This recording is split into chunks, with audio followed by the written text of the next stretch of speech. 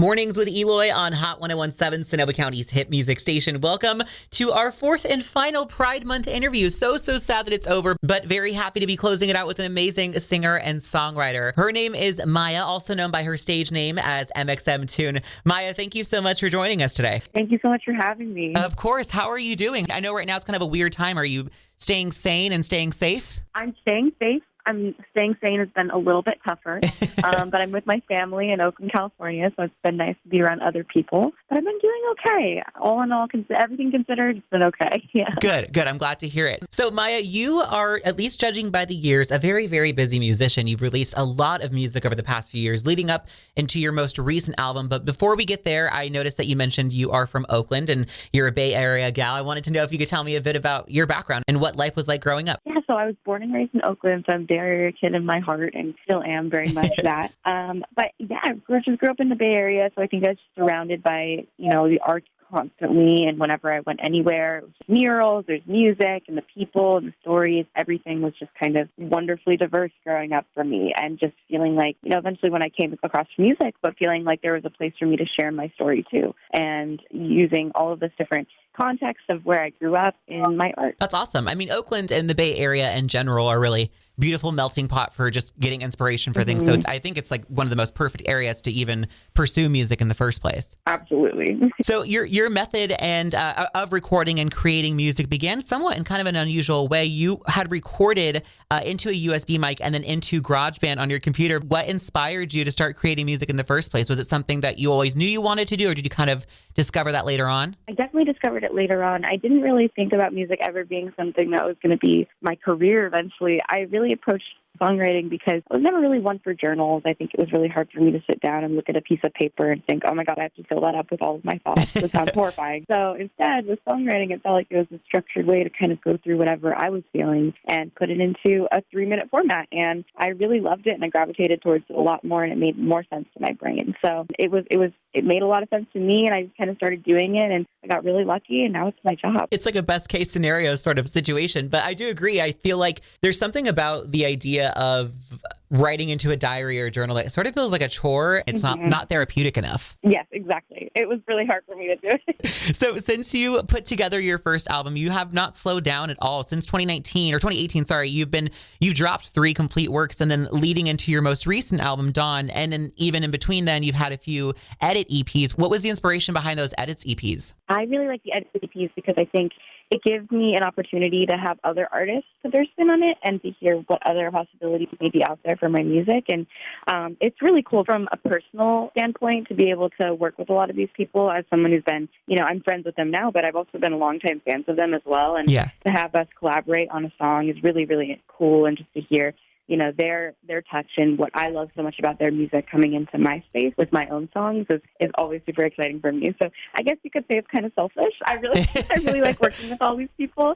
And I hope that my audience also likes the way that these songs turn out too. I'm sure they love it, and I love it too. I think one of the coolest things about that too is when fans get excited for a new album. I mean, for you, it seems like you have a plethora of material to work with because you've kind of gone very quickly with releasing your albums. But if someone's waiting or anticipating something new, it's kind of nice to like already have the album and then have some sort of extension with that and kind of get a little bit more. It's like exploring like a theme or an album that you might have already had, but just kind of getting to explore more of it. Yeah, exactly. It's just kind of nice to be able to extend it a little bit more. And, if somebody doesn't like one thing, they can go and see what the other thing sounds like. Yeah. Right. Has that been stressful for you to make music so quickly, or is that kind of just the way that you like to operate more? I would say it's definitely the way that I've kind of done it in the past. I mean, even before I was working with a larger team, it was a lot of like single, just because that's kind of how my brain worked. It was almost like song vomit. I had to just keep going, and it felt most comfortable that way. But I don't know. I think it's definitely gotten a little bit more stressful in terms of, you want to make something consistent and good, and you don't want to rush things at the end of it just for the sake of art. But I think working fast-paced has always kind of been what has worked for me and kind of how my brain functions too. So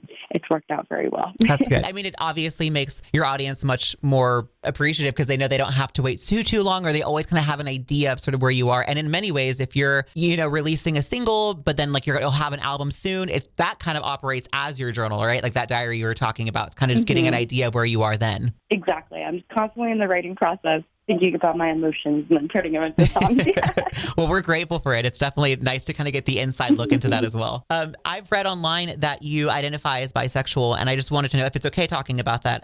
If that was part of your identity, that's something that you felt comfortable tapping into with your music, or did it take some time for you to get there? It definitely took some time to kind of get there. And I mean, I wrote one song when it was even in the closet before I came out to my family, and it was called Stuck. And I passed it off as a song about being mixed race, and it wasn't. It was a song about being bisexual. And I think it was definitely something that's taken me a lot longer to claim, just because it's an aspect of my identity that I think I've taken a longer time to kind of explore and understand, and, you know, have the vocabulary also to talk about it in a comfortable way. And I think in this year, I've really kind of grown into my bisexuality and claiming it and sharing it with my audience and everything. But yeah, it was tough. But I think what fueled me is just knowing and looking at the bravery of my own listeners who share their stories with me, and wanting to also kind of echo and honor that same courage that they share with my own story too. I think that's beautiful. And I'm so happy for you too, because I feel like there's this pressure sometimes, maybe an expectation for people, especially with things like coming out day, which are obviously very important, but you know, everybody really just works on their own time and with what makes most sense for them. I mean, you grew up in a very, you know, liberal area, a very open-minded area. And even then there's always obstacles and hurdles. But one of the things that I noticed was that you had said that, you know, you'd pass a song off as this one meaning, and then it was, you know, sort of masking something else that was going on there. But that's really the beauty of being able to be honest with your music. It could really mean anything to anyone. It just happened to mean something specific to you. Absolutely. And I think sometimes my own songs even take on different meanings as I grow up and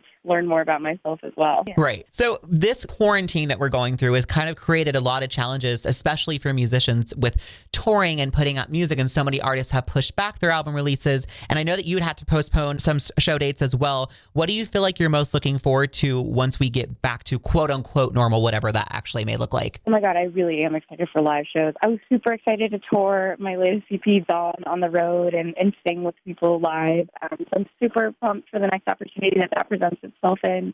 I'm really just excited to connect with people in person. I mean, I've been stuck with the same 4 people for the last 80 days, so I'm pretty pumped to be able to see some new faces. When it's like you probably have been getting so much response, you know, through Twitter or online, but I would imagine it's not the same, like just being able to have that real raw connection and, you know, in an audience. Totally, yeah. Very different. Well, it's exciting, and I can't wait for you to get back on tour and to kind of get to explore that too, because I think that makes your art a little bit more meaningful for you as well. You kind of build experiences off of what you're seeing on the road. Yeah, exactly. It adds on to kind of the feeling of, you know, you do the writing process so individually, but when you bring them into a space like a concert, it becomes something that everybody shares. I bet that's like a rush that I feel like most people would not be able to understand unless they were doing it like you are.